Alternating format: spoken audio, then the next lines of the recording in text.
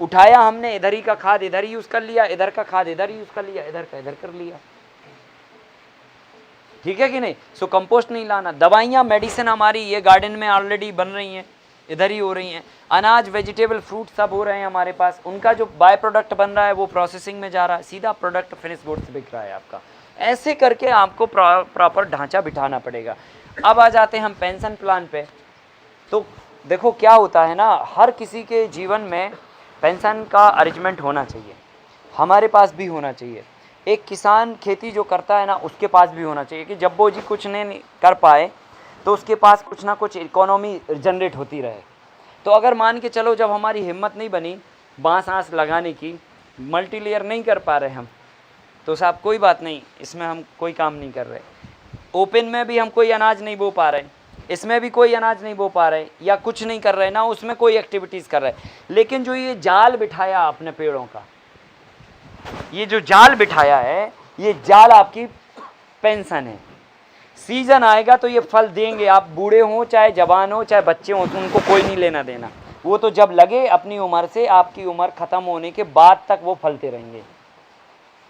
Pension plan ready है साहब, है ना। जब गर्मी का सीजन आ गया तो इधर से भी इनकम, इधर से भी इनकम, उधर से भी इधर से भी। तो आपका ये जाल ही अपने आप में इतनी बड़ी पेंशन है कि 2-5 लाख रुपए की व्यवस्था आपकी साल भर की आराम से हो जाएगी, और खूब आप भी खाते पीते रहेंगे। बुढ़ापे में फल की ज़्यादा ज़रूरत पड़ेगी तो ये फल आपके ही खेत से मिलते रहेंगे।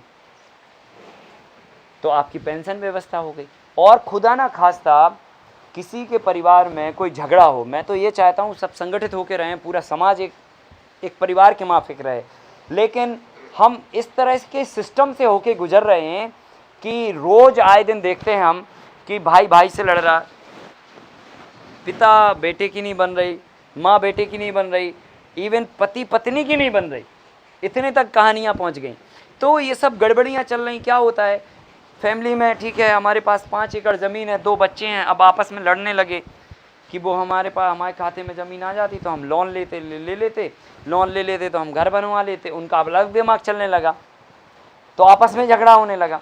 तो अब उस झगड़े के समय पे फिर आप क्या करोगे, खेत बांटना पड़ेगा ना आपको, 2.5 एकड़ एक को, 2.5 एकड़ एक को।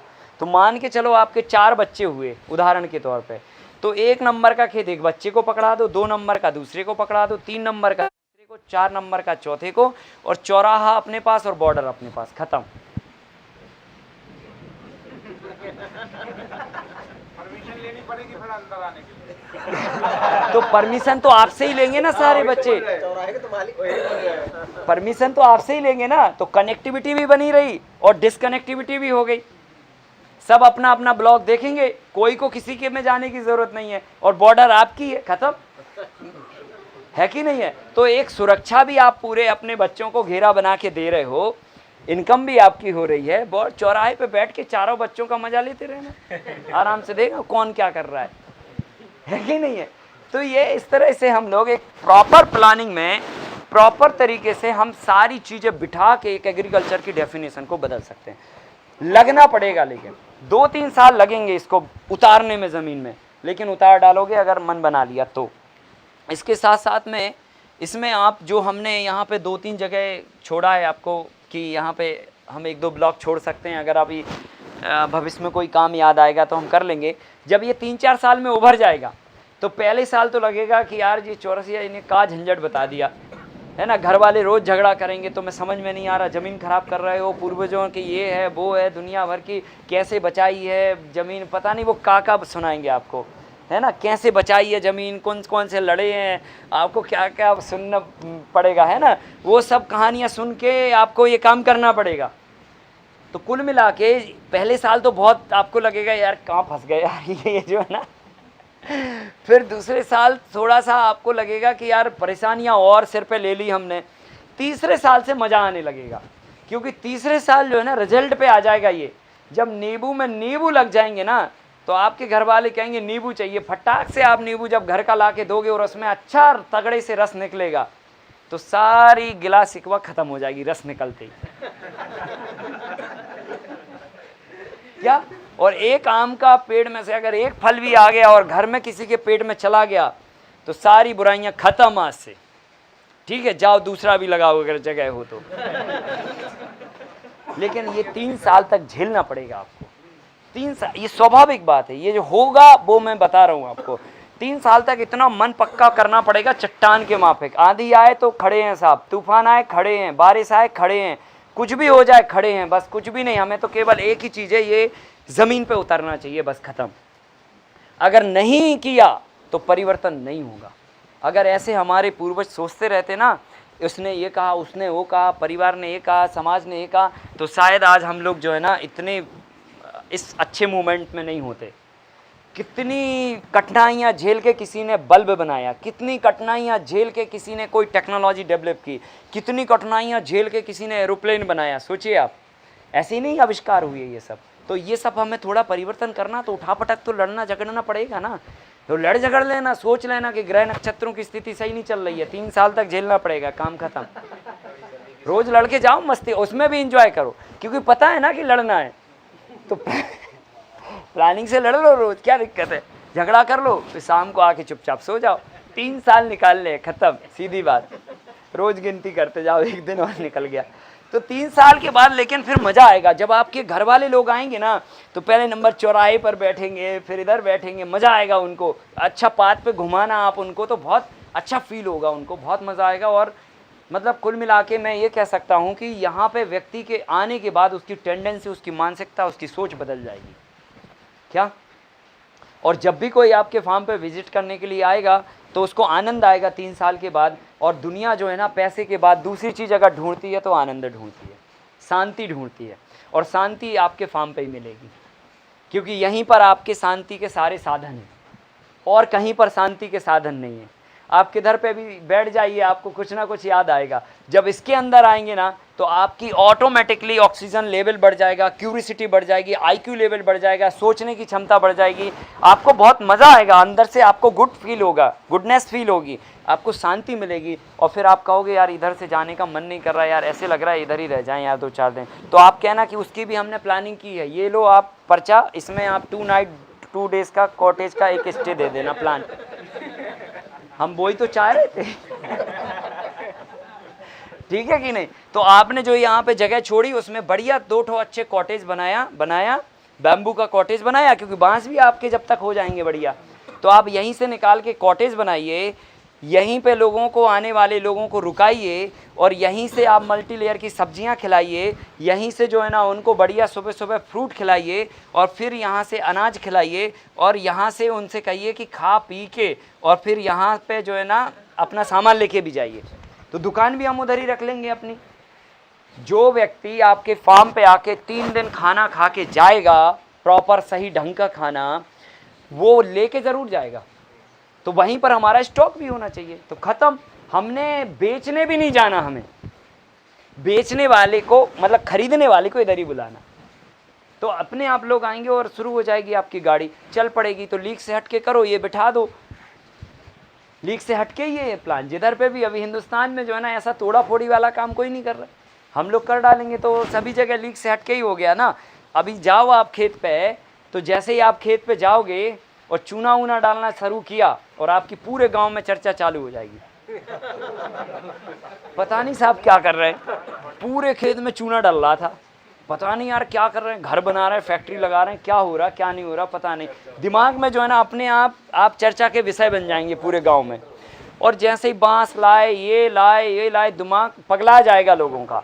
हर घर में टीवी बंद, आपकी चर्चा चालू, मार्केटिंग शुरू हो गई।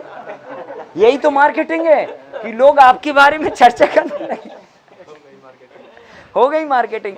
और 95 दिन सर इंतजार करना पड़ेगा। तो अब वो उतना तो करना पड़ेगा यार, है ना, उतना तो करना पड़ेगा। देखो आपको जो है ना इस काम के लिए अंधा, बहरा, गूंगा बनना पड़ेगा। किसी ने कुछ कहा उसका जवाब मत दो, किसी ने कुछ भी, आपने कुछ भी देखा उसको आप अनदेखा करो, और किसी ने कुछ कहा उसको सुनो मत, तो फिर ये उतार दोगे। और अगर ये सब चालू किए ना, चालू रखे ना इंस्ट्रूमेंट ये, तो फिर बिखर जाओगे। क्योंकि ये दिमाग जो है ना एक ऐसी डिवाइस है जिसको बार बार जो चीज़ दिया जाए वो ही आउटपुट निकालती है। अगर बार बार ये डाला जाएगा आपके दिमाग में कि फेयर एंड लवली लगाने से गोरे होते हैं, तो भले हो ना हो पर लगाएंगे वही, क्योंकि ऐसा बताया गया है।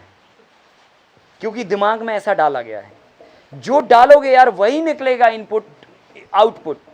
तो आज हम लोग देखते हैं, पता है ना कितने लोग हिंदुस्तान में ऐसे हैं जो सांवले हैं और बहुत काले हैं, और उनकी सामर्थ्य है कि वो फेयर एंड लवली लगा सकते हैं, पोत सकते दिन रात, और पोतते भी हैं, लेकिन रत्ती भर भी फर्क नहीं पड़ता। और उसके बाद भी जो है ना कंपनियां टर्नओवर कर ही रही हैं, अपना उनका व्यवसाय चल ही रहा है ना। तो ये क्यों चल रहा है? इसलिए चल रहा है क्योंकि बार बार आपके दिमाग में ये डाला जा रहा है, इसको लगाने से गोरा होंगे, इसको लगाने से ऐसा होएगा। तो क्या होगा जब आप अपने दिमाग में ये बातें डालोगे, खेत पे गए और पड़ोसी आके खड़ा हो गया, भैया ये नहीं करो, ये तूफान आते बहुत, बात चली गई दिमाग में। घर आए, घर में सुनना पड़ेगी, फिर घर वाले कहेंगे तुम बहुत पैसा निपटा रहे हो, बाप की कमाई जायदाद पे ऐसा ऐसा कर रहे हो, पहले खुद कमाओ, खरीदो, ये करो वो करो, दुनिया भर का छोड़ो छाड़ो, ये बंद करो। ये दिमाग में फिर चला गया। सुबह उठे, पिताजी शुरू हो गए, दोपहर को आए, माताजी ने सुना दिया, रात को कहीं गए, उन्होंने सुना दिया, कहाँ पड़े हो यार तुम चक्कर में, दोस्तों से मिले, उनने शुरू कर दिया, अरे यार तुम इतनी अच्छी छोड़ के यार कहाँ लग गए यार। तो ये जब जाएगा ना बार बार, तो वो ही निकलेगा आखिरी में फिर इकट्ठा होके। तो इसलिए इसमें जाने नहीं देना, कोशिश करिए आप इसमें वो इनपुट जाने दीजिए जो आपके लिए ज़रूरी है, अदरवाइज बाकी चीज़ें मत जाने दीजिए। तो ऐसे करके आपको थोड़ा प्रयास करना पड़ेगा। मैंने जो प्रयास किया, मैंने अपने आप से, अपने अनुभव के तौर पे आपको बता दिया। आप जब कोई सुनाए तो बहरा बन जाओ, सुनना ही नहीं है, एक मेंढक की तरह, समझ गए ना। एक मेंढक की काल्पनिक कहानी, एक कुएं में कुछ मेंढक पड़े हुए थे, बंदर ने उनको उकसा दिया, बोले तुम लोग कभी जीवन में नहीं निकल सकते हो इससे ऊपर। तो मेंढक ने कहा अच्छा, क्योंकि हर एक का अहंकार तो जाग ही जाता है जब उसको गुस्सा दिलाओ। तो उछलना चालू हो गए साहब, सब लोग कोशिश करने लगे, मैं निकल के दिखाता हूँ, मैं निकल के दिखाता हूँ। सारे लोग घंटे भर तक उछलते रहे। दो तीन मेंढक थे उसमें जो उछल के बाहर आ गए, बाकी सब उछल के फुद्द फुद्द वापस गिर रहे थे, उसमें उछल ही नहीं पा रहे थे। दो बाहर आ गए, बाहर बंदर ने आगे पूछा क्यों भाई, बाकी के क्यों नहीं आए? तो वो कह रहे सुनाई नहीं देता है, क्योंकि बंदर बाकी के वहां पर मजा लेके ये कह रहे थे तुम लोग कभी जीवन में नहीं निकल सकते हो। ये बात उनके कान में चली गई थी जो नहीं निकल पाए, और जो बहरे थे उनको ये समझ में आया कि बंदर हमसे ये कह रहा है कि तुम दो लोग हो जो निकल सकते हो। वो निकल गए। तो जीवन में जो है ना, ये देखो ये बैटरी है साहब, ये बैटरी है जो ऊपर वाले ने आपको इधर लगा के दी है। इस बैटरी को जैसा चार्ज करोगे ना, ये वैसे ही चार्ज होगी, और जैसा चार्ज होगी वैसे इंस्ट्रूमेंट चलाएगी। सही है कि नहीं है? तो चार्ज अच्छा करो, इंस्ट्रूमेंट बढ़िया चलाओ। तो कुल मिला के मेरा आप सभी से इस अंतिम सत्र में यही कहना है कि पूरे मन से, पूरी श्रद्धा के साथ में आप अपने दायित्व को पूरा करते हुए अपने काम को आगे बढ़ाइए। मेरी बहुत बहुत शुभकामनाएं हैं।